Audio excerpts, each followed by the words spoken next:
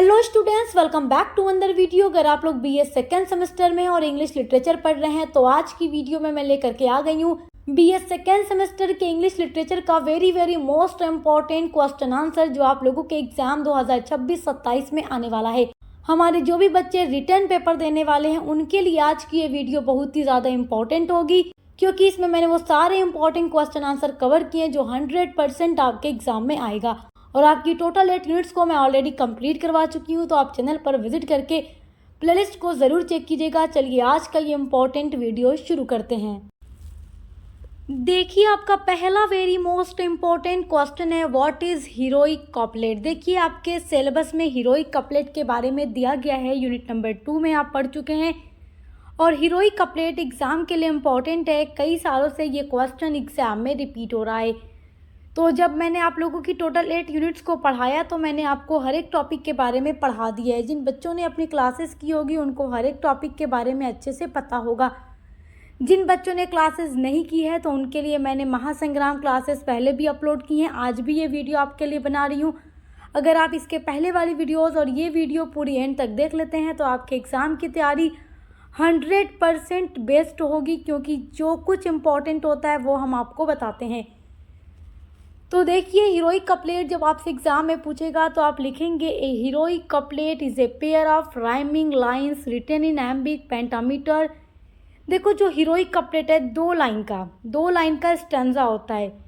Rhyming couplet होता है। Rhyming couplet का मतलब कि पहली वाली लाइन का जो लास्ट वर्ड है और दूसरी वाली लाइन का जो लास्ट वर्ड है, दोनों जब आप पढ़ेंगे तो एकदम राइम बनेगा, तुक बनेगा। और जो ये होता है हीरोइक कपलेट, ये एम्बिक पेंटामीटर में लिखा जाता है। एम्बिक पेंटामीटर में 10 सेलेबल्स होते हैं, 10 सेलेबल्स पर line with a regular unstressed rhythm, यानी कि 10 सेलेबल्स होते हैं एम्बिक पेंटामीटर में, और जिसमें कि regular unstressed and straight saleable होता है, जो मैं आपको पूरा डिटेल में पढ़ा चुकी हूँ। स्ट्रेस्ड एंड अनस्ट्रेस्ड सेलेबल भी इम्पॉर्टेंट है, तो उसका आंसर भी मैं आपको इस वीडियो में देने वाली हूँ।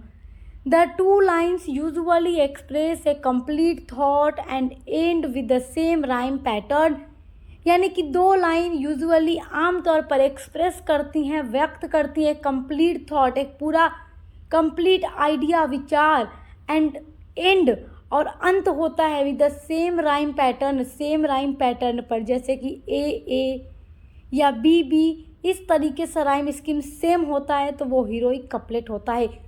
विलियम शेक्सपियर की जितनी भी सोनेट होती हैं उसमें लास्ट का जो स्टैंजा होता है वो हीरोइक कपलेट होता है, 2 लाइन का। इसके बारे में मैं आपको पहले पढ़ा चुकी हूँ। Heroic couplets were widely used in English poetry, इसको इंग्लिश पोएट्री में यूज़ किया गया, specially by Geoffrey Chaucer, John Dryden and Alexander pope.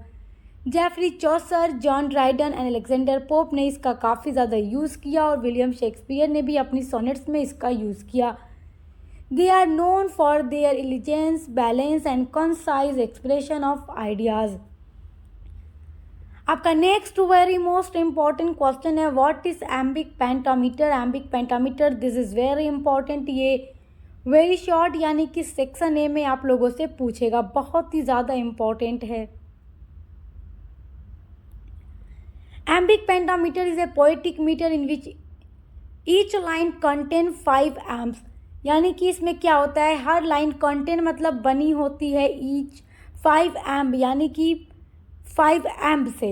And amp is a pair of syllables, और जो एम्प होता है वो पेयर होता है सेलेबल्स का, where the first syllable is unstressed and second is stressed. और पहला जो सेलेबल होता है वो क्या होता है, अनस्ट्रेस्ड होता है, और सेकेंड वाला स्ट्रेस, यानी कि अनस्ट्रेस्ड सेलेबल का मतलब जिस पे जोर नहीं दिया जाता, और स्ट्रेट सेलेबल का मतलब जिस पे जोर देकर बोलना पड़ता है। देयरफॉर, इसीलिए a line of iambic pentameter usually has 10 syllables with a regular diadem rhythm. जैसे देखो, shall I compare thee to a summer's day, तो shall I compare thee, shall पर भी हमें shall I compare thee summer's day, ये example है iambic pentameter का। This metre is widely used in English poetry specially in the works of William Shakespeare, क्योंकि इन्होंने अपनी सोनेट में हीरोइक कपलेट लिखा है, लास्ट का स्टेंजा, और हीरोइक कपलेट एम्बिक पेंटामीटर में ही रिटन होता है। आपका नेक्स्ट वेरी इंपॉर्टेंट क्वेश्चन है, write a note on William Wordsworth as a nature poet. This is very important question, ये लॉन्ग में पूछता है। देखिए, विलियम वर्ड्सवर्थ को as a nature poet literature में जाना जाता है क्योंकि इन्होंने बहुत सारी ऐसी पोएम्स लिखी हैं जो केवल नेचर पर ही बेस्ड हैं। जैसे कि आप लोगों के सिलेबस में दिया गया है the world is too much with us, और बहुत सारी यूनिवर्सिटी में इस पोएम की जगह पर दिया गया है डैफोडिल्स पोएम को। तो ये सब क्या है, बेस्ट एग्जाम्पल है नेचर पोएम का विलियम वर्ड्सवर्थ की, तो इसलिए इनको नेचर पोएट कहा जाता है। तो आप एग्जाम में लिखेंगे William Wordsworth is known as the greatest poet of nature in English literature. English literature में इनको ग्रेटेस्ट पोएट ऑफ नेचर के नाम से जाना जाता है। ही बिलीव्ड, उनका विश्वास था, दैट नेचर की जो नेचर है, जो प्रकृति है, इज ए सोर्स, स्रोत है, ऑफ ब्यूटी यानी सुंदरता का, विजडम का, पीस का और स्पिरिचुअल ग्रोथ का। यानी कि इनका मानना था कि जो प्रकृति है, इनका मानना था कि प्रकृति ही ब्यूटी, ज्ञान, शांति और आध्यात्मिक विकास का सोर्स होता है। इन हिज पोएम्स, उनकी पोएम्स में ही प्रेजेंट्स, वो प्रेजेंट करते हैं nature as a living force that guides, that teaches human beings. अपनी पोएम्स में उन्होंने नेचर को एक जीवंत शक्ति के रूप में चित्रित किया है जो कि मनुष्यों का मार्गदर्शन करती है और उनको शिक्षा देती है। Wordsworth found deep joy and inspiration in natural landscapes such as mountains, rivers, flowers and forest.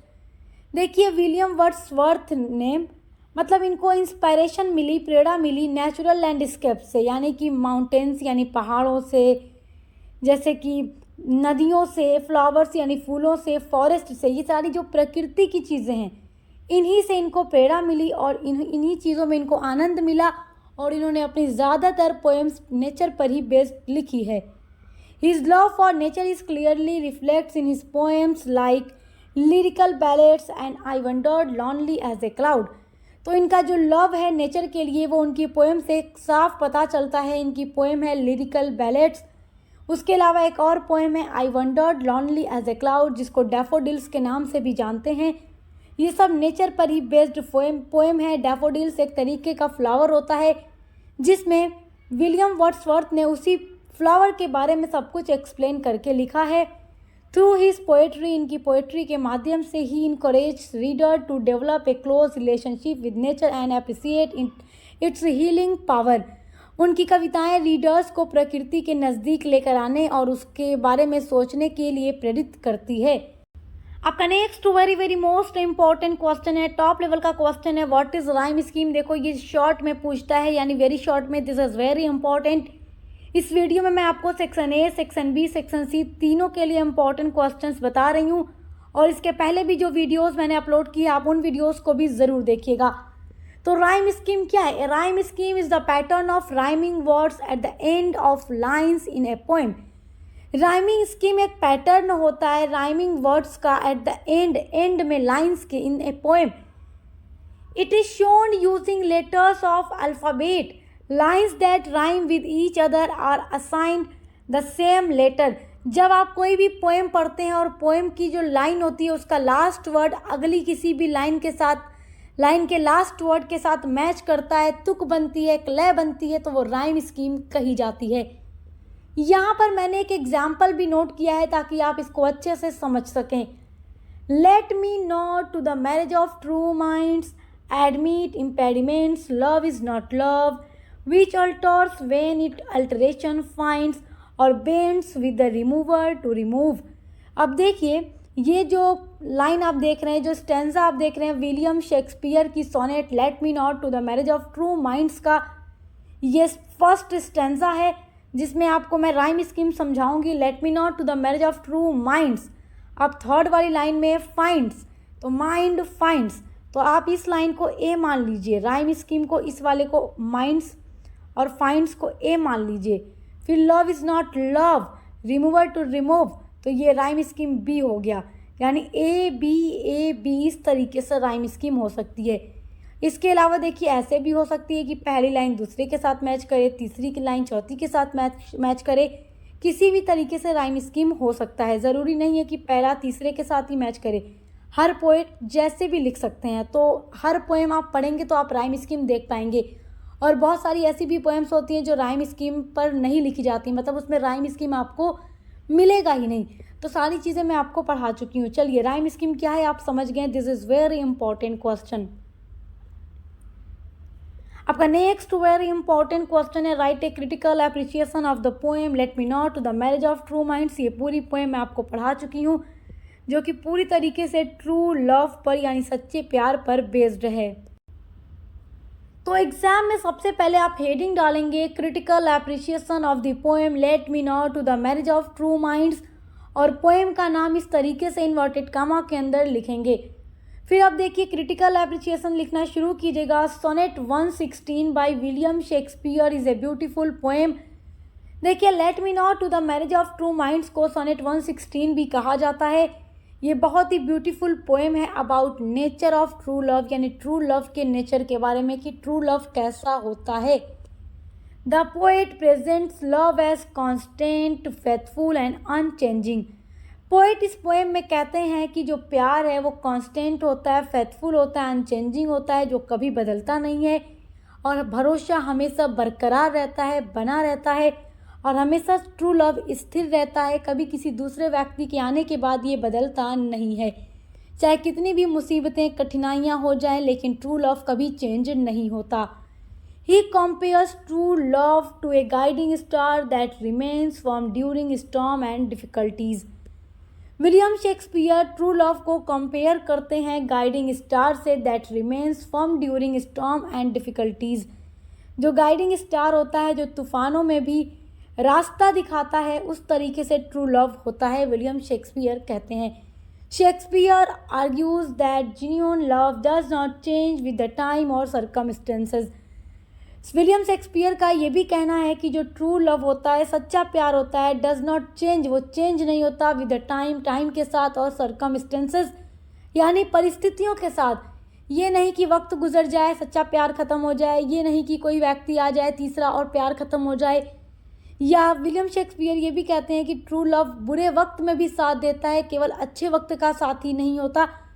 तो विलियम शेक्सपियर कहते हैं कि सच्चा प्यार टाइम और सर्कमस्टेंसेस के साथ भी कभी बदलता नहीं है।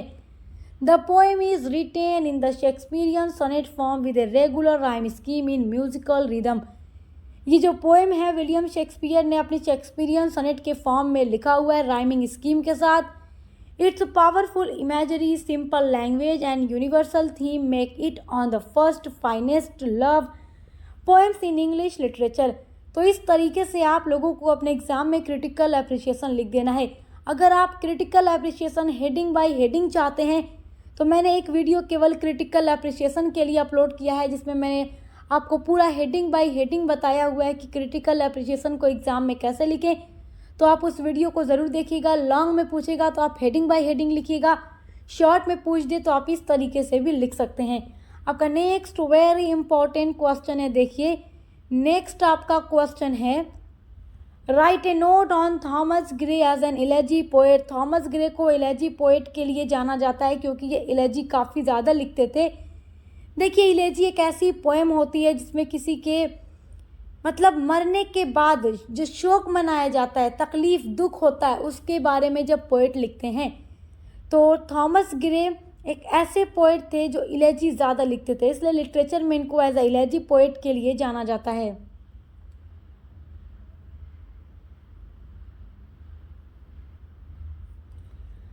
Thomas Gray is regarded as one of the finest elegy poets in English literature. तो इनको इलेजी पोएट्स में देखिए, थॉमस ग्रे को अंग्रेजी साहित्य में श्रेष्ठ इलेजी कवि माना जाता है। An elegy is a poem of mourning. Elegy एक ऐसी पोएम होती है जिसमें मोर्निंग यानी शोक मनाया जाता है। यूजुअली रिटेन, ये लिखी जाती है ऑन डेथ, किसी की डेथ पर, और लॉस या किसी को खोने पर। And grey gave it a new depth and emotional richness. देखिए, इलेजी एक ऐसी पोएम होती है जिसमें मृत्यु या किसी क्षति पर शोक मनाया जाता है, उदासी मनाई जाती है। ग्रे ने इस शैली को गहराई और दार्शनिकता प्रदान की। His most famous work elegy written in a country churchyard, जो कि आपके सिलेबस में भी दी गई है। ये पूरी पोएम मैं आपको पढ़ा चुकी हूँ। ये थॉमस ग्रे की बहुत ही फेमस इलेजी पोएम है। पोएम का नाम है elegy written in a country churchyard, reflects on the lives of humble rural people and देखिए इनवेटेबिलिटी ऑफ डेथ। अब देखिए उनकी बहुत ही famous poem elegy written in a country churchyard है, जिसमें उन्होंने ग्रामीण साधारण लोगों के जीवन और मृत्यु के बारे में लिखा है कि कैसे गांव के लोगों के अंदर भी बहुत सारे टैलेंट छुपे होते हैं। वो टैलेंट अभी उभरे भी नहीं होते और ये मतलब इतने गरीब होते हैं। इनकी डेथ हो गई और कब्रिस्तान में बैठकर पोएट उनके मरने पर शोक मना रहे हैं और ये पोएम्स वो लिखते हैं। Gray's elegies are marked by deep melancholy, philosophical reflection and a serious tone. Grey की जो इलेजीज होती हैं वो उसमें उदासी होती है, मेलानकली यानी उदासी होती है, फिलोसॉफिकल यानी कि दार्शनिकता उसमें होती है, एंड सीरियस टोन, ये काफ़ी सीरियस टोन में लिखी जाती है। He shows sympathy for ordinary people and meditates on the transience of human life. Thomas Gray अपनी पोएम्स में सामान्य लोगों के साथ सिंपैथी दिखाते हैं और सरल लेकिन प्रभावशाली भाषा में लिखते हैं, जो पढ़कर काफ़ी ज़्यादा इम्प्रेसिव होती है। His language is simple yet highly expressive. इनकी लैंग्वेज सिंपल होती है लेकिन एक्सप्लेन करने का जो तरीका है वो काफ़ी इम्प्रेसिव होता है। Making his elegies both emotional and thoughtful. इनकी इलेजीज में दोनों चीज़ें होती हैं, इमोशनल भी और थाटफुल भी होती है। थ्रू हिज वर्क्स, इनके वर्क्स के माध्यम से Gray established himself as a master of reflective and meditative poetry. देखिए उनकी कविताएं भावनात्मक होने के साथ साथ विचारशील भी होती हैं, जिससे वे एक महान शोक गीत कवि के रूप में प्रसिद्ध हो गए।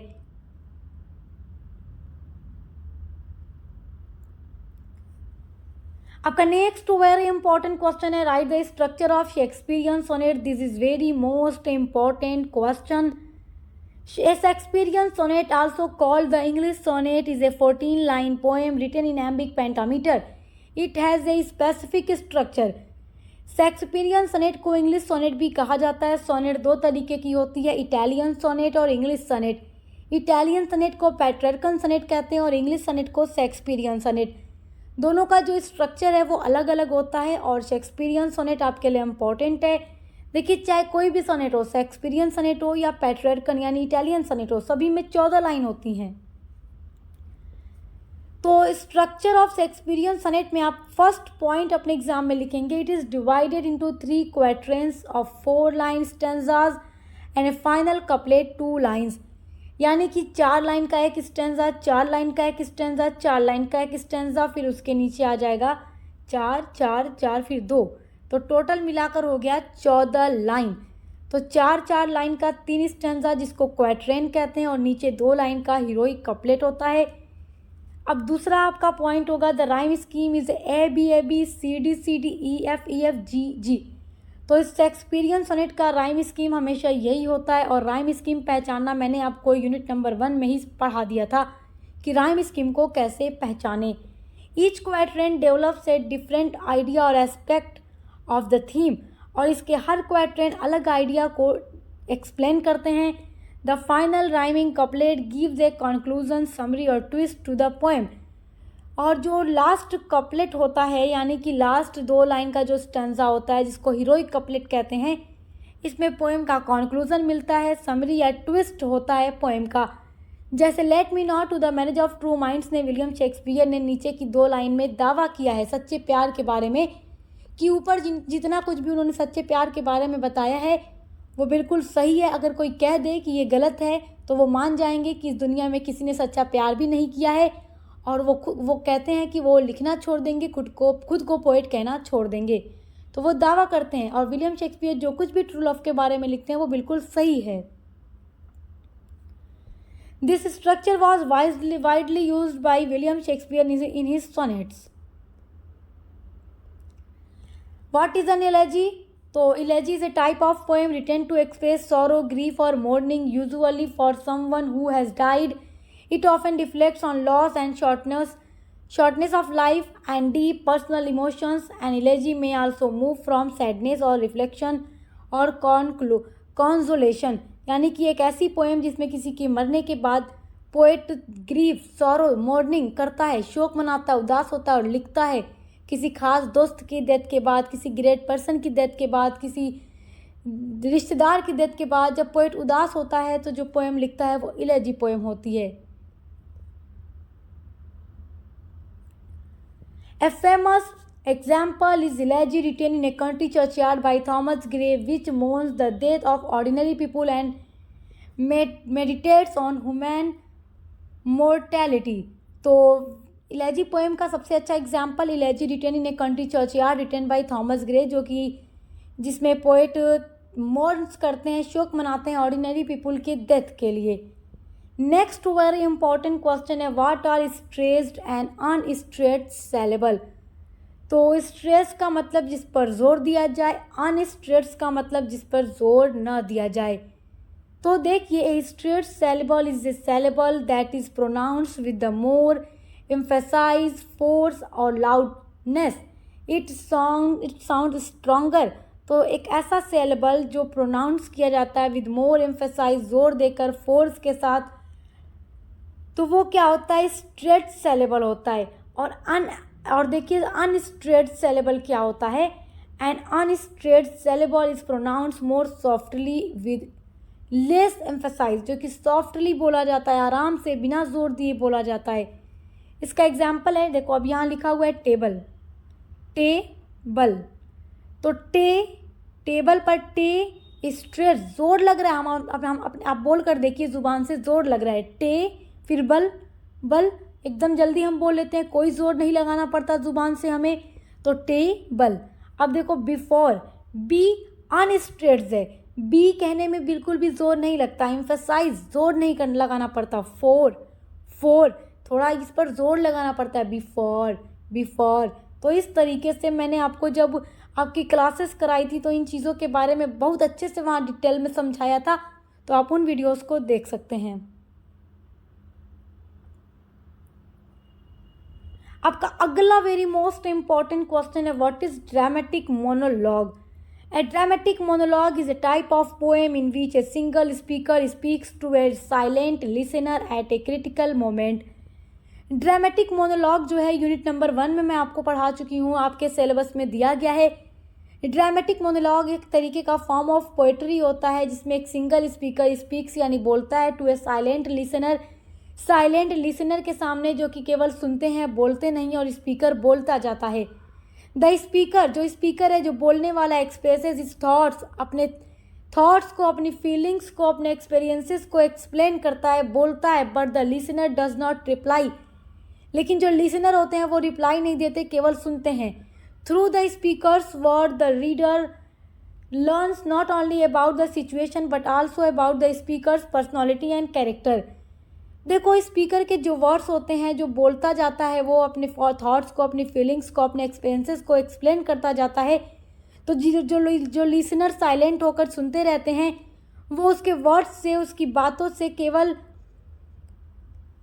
मतलब कि उसकी बातों को तो वो सुनते ही हैं, लेकिन उसके अलावा वो सिचुएशन को ही नहीं बल्कि स्पीकर की पर्सनालिटी और कैरेक्टर को भी समझ जाते हैं, often in an indirect way, मतलब इनडायरेक्ट वे में। This poetic form creates a dramatic effect and reveals hidden truth about the speaker. ये एक ऐसा पोएटिक डिवाइस होता है, एक ऐसा पोएटिक फॉर्म होता है, सॉरी डिवाइस नहीं, ये फॉर्म है, फॉर्म ऑफ पोएट्री है, जो कि ड्रामेटिक इफेक्ट्स को क्रिएट करता है और रिवेल करता है कुछ छुपे हुए सच को अबाउट द स्पीकर, स्पीकर के बारे में। It was developed mainly by Robert Browning whose poem my last duchess is a famous example of a dramatic monologue. Robert Browning को एक ड्रामेटिक मोनोलॉग पोएट के लिए ही जाना जाता है, क्योंकि ये ड्रामेटिक मोनोलॉग लिखते थे, और इनकी बहुत ही famous poem my last duchess, जो आपके सिलेबस में भी दी गई है, ये एक ड्रामेटिक मोनोलॉग का अच्छा एग्जाम्पल है। आपका नेक्स्ट वेरी इंपॉर्टेंट क्वेश्चन है, right the theme of the poem break break break. तो आपके सिलेबस में अल्फ्रेड लॉर्ड टेनिसन की पोएम ब्रेक ब्रेक ब्रेक दी गई है, जो मैं पढ़ा चुकी हूँ, और ये भी एक इलेजी पोएम है जिसको पोएट अपने दोस्त की डेथ के बाद लिखते हैं, यानी कि पोएट के एक बहुत ही खास दोस्त होते हैं जिनकी डेथ हो जाती है, जिसके बाद पोएट अपने लाइफ में खुद को बहुत ही अकेला महसूस करते हैं। तो तब वो ब्रेक ब्रेक ब्रेक ब्रेक का मतलब क्या होता है, टूटा हुआ या टूटना, तो इसलिए वो ये एक पोएम लिखते हैं।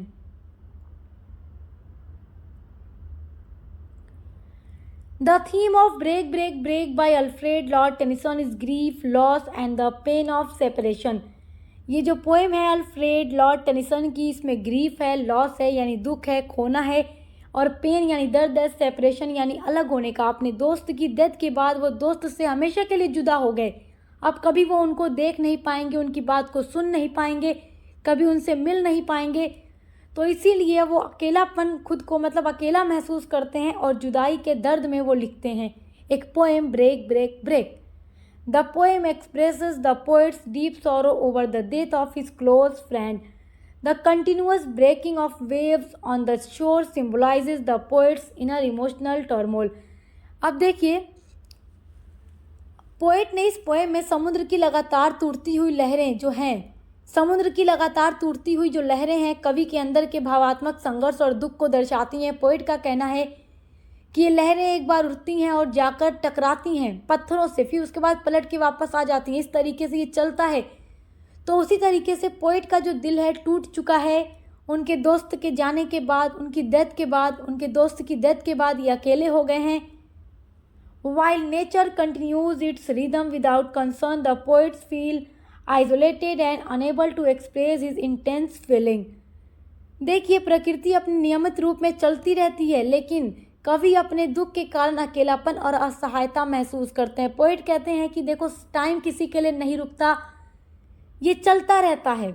लेकिन पोएट के दोस्त की डेथ के बाद पोएट कहते हैं कि मानो कि उनके दोस्त की डेथ के बाद इनकी ज़िंदगी ही ठहर सी गई है, इनकी लाइफ में अब कुछ बचा ही नहीं, ये खुद को बहुत अकेला महसूस करते हैं। Another important theme is the contrast between the indifference of nature and human suffering. इस कविता में एक अदर थीम ये भी है कि इसमें मानव की जो तकलीफ़ है और जो प्रकृति की उदासीनता है उनके बीच कंट्रास्ट किया गया है। It highlights how life goes on even when individuals are deeply hurt by personal loss. ये पोएम मतलब दिखाती है कि व्यक्तिगत दुख के बावजूद जीवन और प्रकृति अपनी गति से चलते रहते हैं। चाहे इंसान के जीवन में कितना भी दुख हो, जो प्रकृति है और जो टाइम है वो चलता रहता है। लेकिन इंसान के ज़िंदगी में जो दुख है वो मतलब उसके लिए टाइम है या प्रकृति, वो तो चलता रहेगा अपनी गति से। लेकिन इंसान का जो दुख है वो बहुत भारी होता है, जैसे पोएट इस पोएम में बताते हैं। तो आज की वीडियो में जितना भी इम्पोर्टेंट क्वेश्चन आंसर मैंने आपको बताया है, दिस इज़ वेरी इंपॉर्टेंट, आप इनको तैयार कर लीजिए। और इंग्लिश लिटरेचर के अलावा भी हर एक सब्जेक्ट की क्लासेस आपको हमारे चैनल पर मिलेंगी, तो आप विजिट करके ज़रूर देखिएगा। अच्छे से पढ़ाई करते रहिए, एग्ज़ाम की तैयारी करते रहिए। Best of luck. अब मिलते हैं अगली वीडियो के साथ।